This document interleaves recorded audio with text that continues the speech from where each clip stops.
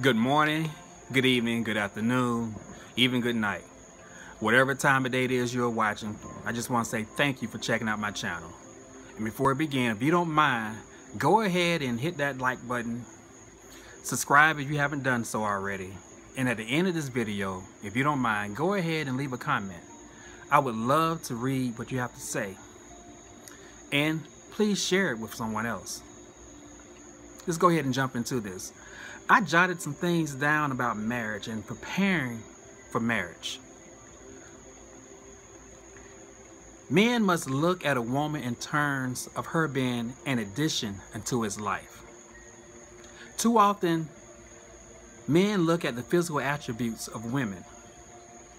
Men often get too consumed with their wants and their needs. Every man has a call on his life. Therefore, he should seek, with the guidance of God, his woman, his wife. He would then find a woman, a wife, who will help him in his calling. As men, we will first be drawn to what we see. When we're attracted to a woman's looks, we sometimes overlook what she has to offer on the inside. Men must first find a balance between his wants and his needs when he's looking for a wife. And just as God is preparing that man to be a husband, God is also preparing that woman to be a wife. You see, a wife is made in God. And when a man finds a woman who has her life anchored in God, he finds a woman who has standards and who knows her worth. Men must understand that charm is misleading and looks, yeah, they do fade. However, a woman who fears God, he can only see in time, because it would take some time for him to fully see and understand that the only way he would know if she's the one, he himself first must be anchored in God. His love in God must be consistent and sincere. There's a saying, a man finds a wife, but the truth is a man is led to his wife by God. In the Bible, in the book of Proverbs 18:22, it says, "He who finds a wife finds a good thing and obtains favor from the Lord." A lot of people look at that verse and they think it means that a man should find a woman and go pursue her, and then he'll have something good. However, a man should never pursue anything or any woman without God's confirmation or approval. You see, nothing happens by chance, because when you're focused on your goals and you come across an opportunity to enrich your life, it's no accident.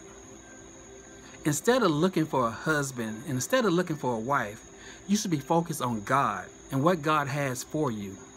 And along your journey, the person meant for you will be on that path. For instance, let's say you're in school and you're trying to get education, or you're working a job and you're trying to pay your bills. Now, those are your goals and you're focused on them. However, one day while walking across the parking lot to class or to work, you look down and find a $100 bill. Do you think that money was meant for you? You see, when you are following God, He will place blessings in your path. Therefore, when you're focused on God and you're seeking His guidance, He will position your wife or your husband in your path. So stop worrying about being single. Stop worrying about having a husband or having a wife. Learn to serve God and have faith that God will place the right person in your life. Start loving yourself. Start loving God. Everything else will fall into place, I promise you. Now, I know that there are some men and there's some women who feel that because of their past, they don't deserve to be married. And I also know there are some men and women that because they are good people, they feel that they deserve to be married as well. But see, it's not enough to be good. You must give your life over to God, and He will bless you with a God-ordained marriage. When you learn and know how God pursues you, then men will know how to pursue a woman, and women will know how to allow a man to pursue her. I challenge you to find out for yourself how God is pursuing you. When you don't know how God pursues you, then men will chase after any woman who looks good, and women will allow any man into her life who seems to be interested in her. As men and women, we should surround ourselves with people who fear God. Now, fearing God does not mean that you are hiding or you are afraid of God. Fearing God means that you respect God. Your level of respect will determine the length of your actions. Let me say that again in case you missed it. Your level of respect will determine the length of your actions. You see, if a man respects a woman, then his actions are limited. If a man does not respect a woman, then his actions are loose. When you don't respect something or someone, it has no value to you. Many people wonder why they are not married. Maybe because they are not prepared. To be prepared, you must be prepared for everything that comes along with marriage. There are different stages within marriage, and you should go through each of them in order to get to the next level. Even within our relationship with God, there are going to be good times and bad times, and times that we don't understand what's going on. Many people will look at their life and believe that they are prepared. But what about the time you gave up because you didn't get your way? What about that time you got angry and you spoke hurtful words to your partner? What about that time you raised your hand to your mate? What about that time you lied? What about that time you did not trust your partner? What about that time you cheated on your significant other? In the Bible, in the book of Matthew 25:21, it says, his master replied, "Well done, good and faithful servant. You have been faithful over a few things. I will put you in charge of many things. Come and share your master's happiness." You should have learned from your past and made the necessary corrections.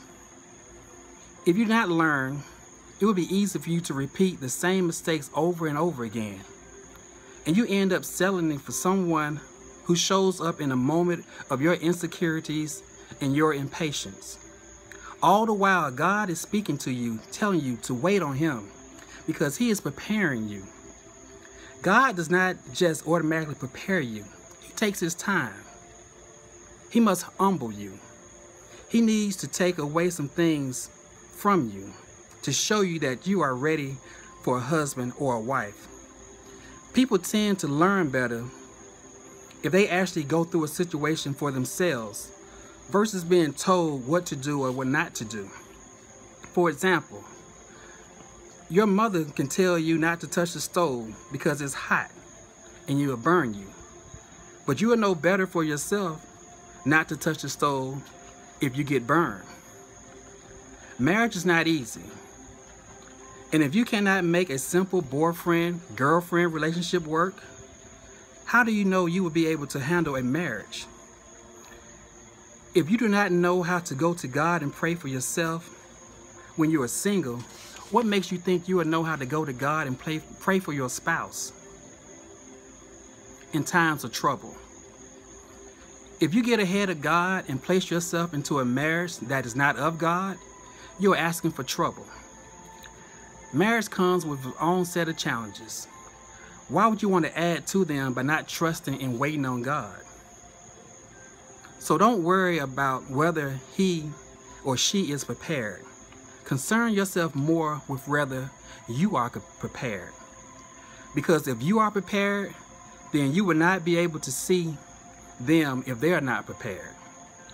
Marriage is for prepared people, humble people, giving people, forgiving people, loving people, unselfish people, trusting people, and God-fearing people. If you're single, do you trust God and His timing? Because God's timing is perfect. You see, this generation we live in today, people want what they want, when they want it, and they want it right now. Will you still love and trust God even if you never get married? God would never bring anything or anyone into your life that will replace Him. So when you allow someone or something to take your focus from God, then that person or thing is not of God. You should not be distracted from God.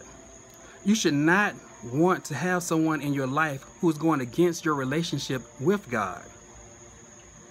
You want someone who is pursuing God for themselves and finds you along their path because God led them to you.